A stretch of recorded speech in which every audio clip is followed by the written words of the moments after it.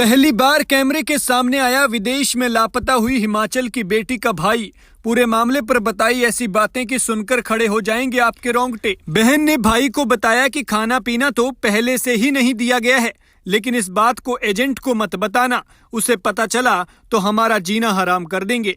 उसने पहले बोला हुआ था सिस्टर ने मेरी ने कि अगर एजेंट को पता लग गया तो मुझे और परेशान करेंगे और मेरा कॉल या मैसेज नहीं आ पाएगा। जो एजेंट जांच में कर रही थी पूरा सहयोग, अब उसकी भी खुली पोल। सुनकर आपको नहीं होगा विश्वास, सोचेंगे कि क्या एक महिला दूसरी महिला के साथ ऐसा भी कर सकती है।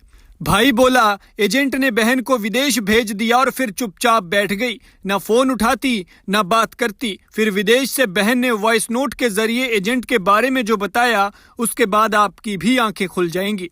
हिमाचल के कांगड़ा के कुठारना की 24 साल की बेटी पवना पिछले 2 हफ्ते से विदेश में लापता है।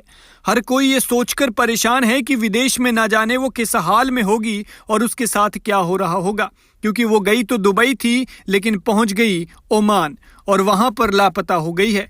किसी के फोन से भाई को उसने वॉइस नोट भेजा था जिसमें बताई पूरी बात का पवना के भाई ने खुलासा किया है, जबकि मीडिया में अभी आधी ही बात सामने आई थी। इसके अलावा पवना के भाई ने एजेंट को लेकर भी बड़े खुलासे किए हैं। पवना के भाई ने अब केंद्रीय मंत्री अनुराग ठाकुर से मदद की गुहार लगाई है।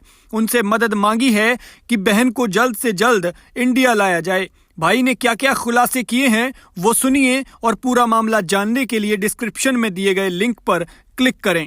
मैं हूँ बेसिकली शाहपुर कुठारना से। आज आप अनुराग ठाकुर से मिले हैं, किस वजह से? मैं अनुराग सर से इसलिए मिला क्योंकि मेरी सिस्टर जो 16 दिसंबर को एजेंट के थ्रू दुबई गई थी, उसका अभी तक कुछ अता पता नहीं है। बाद में मुझे पता चलता है कि वो उसे ओमान पहुंचा दिया गया। वो उसका वॉइस मैसेज आते हैं, कॉल आया मुझे कि उसके साथ जो है धोखाधड़ी की हुई है। तो आज क्या कहा अनुराग ठाकुर जी ने मुझे आश्वासन दिया कि आपका केस जो है हम केंद्र सरकार तक पहुंचाएंगे, विदेश मंत्रालय तक पहुंचाएंगे और जल्द से जल्द आप बोला आपका काम हो जाएगा। कब गए थे आपकी सिस्टर? सिस्टर मेरे यहाँ से दिल्ली से गए थे 16 दिसंबर को। आपको पता कब लगा?